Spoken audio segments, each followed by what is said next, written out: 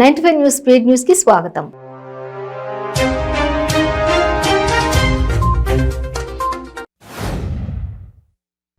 విచ్చలవిడిగా నిషేధిత ఈ సిగరెట్లను విక్రయిస్తున్న ముఠాను సైబరాబాద్ పోలీసులు అరెస్ట్ చేశారు. ఇంటర్నేషనల్ స్కూల్ విద్యార్థులను పబ్లను టార్గెట్ గా చేసుకుని నిషేధిత సిగరెట్లను ముఠా అమ్ముతున్నట్లుగా గుర్తించారు. నిందితుల వద్ద నుండి 2 లక్షలు విలువ చేసే ఈ సిగరెట్లను స్వాధీనం చేసుకున్నారు.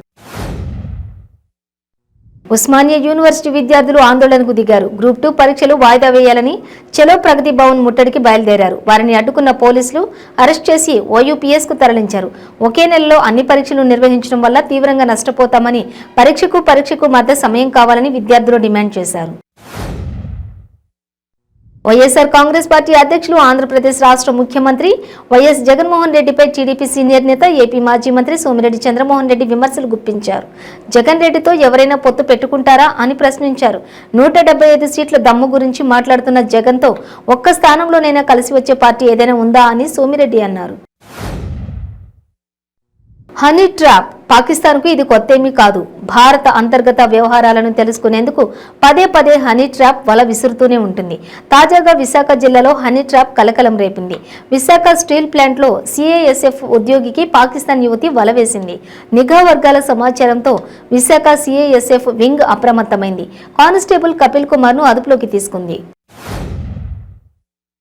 కర్నూలు జిల్లా ఆదోని సమగ్ర అభివృద్ధికి 10,000 కోట్లు కేటాయించాలని కోరుతూ ఆదోని నుండి కర్నూలు వరకు CPM చేపట్టిన మహాపాదయాత్ర ముగింపు సందర్భంగా కర్నూలు కలెక్టరేట్ ముందు మహాధర్నా చేపట్టారు.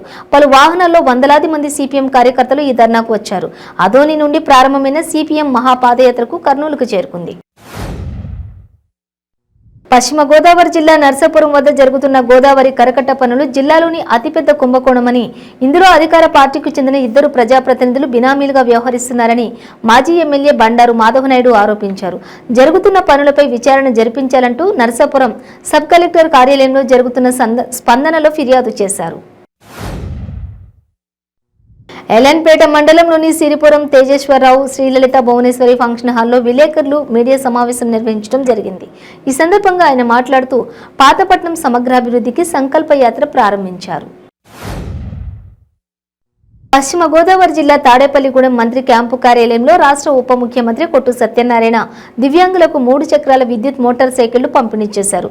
ఆంధ్రప్రదేశ్ రాష్ట్ర విభిన్న ప్రతిభావంతులు మరియు వయోవృద్ధుల సహాయ సంస్థ ఆధ్వర్యంలో ప్రభుత్వం రాష్ట్రంలోని 175 నియోజకవర్గాలకు 1750 మోటార్ సైకిళ్లు మంజూరు చేసిందన్నారు. అన్నమయ్య జిల్లా మదనపల్లె పట్టణంలోని ఘోరం జరిగింది. స్థానిక పుంగనూరు రోడ్డు డ్రైవర్స్ కాలనీకి చెందిన అల్తాఫ్ పై 3 యువకులు పెట్రోల్ పోసి నిప్పంటించారు. బాలికతో మాట్లాడుతున్నాడనే నెపంతోనే తనకు నిప్పంటించారని బాధితులు ఆరోపించారు. విజయనగరంలోని మున్సిపల్ కార్మికుల సమస్యలను పరిష్కరించాలని డిమాండ్ చేస్తూ కార్మికులు ఆందోళన చేపట్టారు. రోడ్డుపై బైఠాయించి పెద్ద ఎత్తున నినదించారు. మున్సిపల్ కార్మికులకు కనీస వేతనం 26,000 ఇవ్వాలని, ఉద్యోగ భద్రత కల్పించాలని కోరారు. వేములవాడను వెన్నెలవాడగా తీర్చిదిద్దుతామని మంత్రి కేటీఆర్ హామీ ఇచ్చారు. వేములవాడ మున్సిపాలిటీ పరిధిలోని సుడిగాలి పర్యటన నిర్వహించిన మంత్రి కేటీఆర్ 100 కోట్ల అభివృద్ధి పనులకు శంకుస్థాపనలు, ప్రారంభోత్సవాలు చేశారు. ఈ సందర్భంగా మాట్లాడుతూ వేములవాడను అన్ని విధాల అభివృద్ధి పదంలోకి తీసుకెళ్తామని అన్నారు. పోలవరంలో మంత్రి అంబటి పర్యటించారు. మంత్రి అంబటితో పాటు పోలవరంలో ఉమ్మడి తూర్పు, పశ్చిమ గోదావరి జిల్లాల మంత్రులు, ఎమ్మెల్యేలు పర్యటించారు. పోలవరం నిర్మాణ పనులను మంత్రులు, ఎమ్మెల్యేలు బృందం పరిశీలించింది. నిన్న పోలవరం పర్యటనలో భాగంగా చంద్రబాబు చేసిన విమర్శలపై వైసీపీ నేతలు మండిపడుతున్నారు. సామాన్య భక్తుడు తిరుమలలో ఏ క్షణంలో అడుగుపెట్టినా దర్శనమయ్యే విధంగా నూతన టీటీడీ పాలక మండలి చర్యలు చేపట్టాలని టీడీపీ ఎమ్మెల్యే పయ్యావుల కేశవ్ కోరారు. ఉదయం స్వామివారి నైవేద్య విరామ సమయంలో కుటుంబ సభ్యులతో కలిసి పయ్యావుల కేశవ్ స్వామివారి సేవలో పాల్గొన్నారు.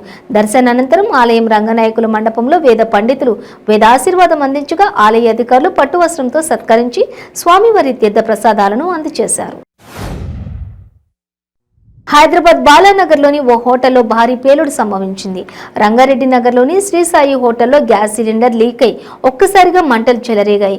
సిలిండర్ పేలటంతో ఒక్కసారిగా మంటలు ఎగిసిపడ్డాయి. దీంతో అక్కడ వంట చేస్తున్న హోటల్ యజమాని సురేష్ అనే వ్యక్తి అక్కడికక్కడే మృతి చెందాడు.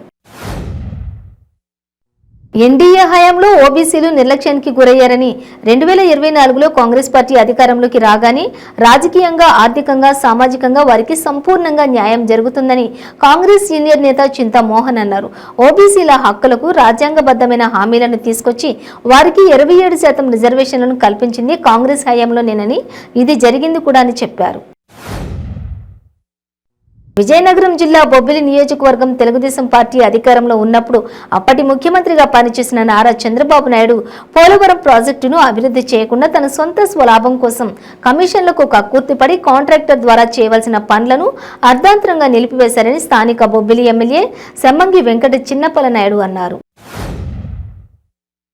నాగర్ కర్నూలు జిల్లా కేంద్రంలో మాజీ మంత్రివర్యులు డాక్టర్ నాగం జనార్దన్ రెడ్డి ఆధ్వర్యంలో వారి స్వగృహంలో ముఖ్య కార్యకర్తల సమావేశం నిర్వహించారు.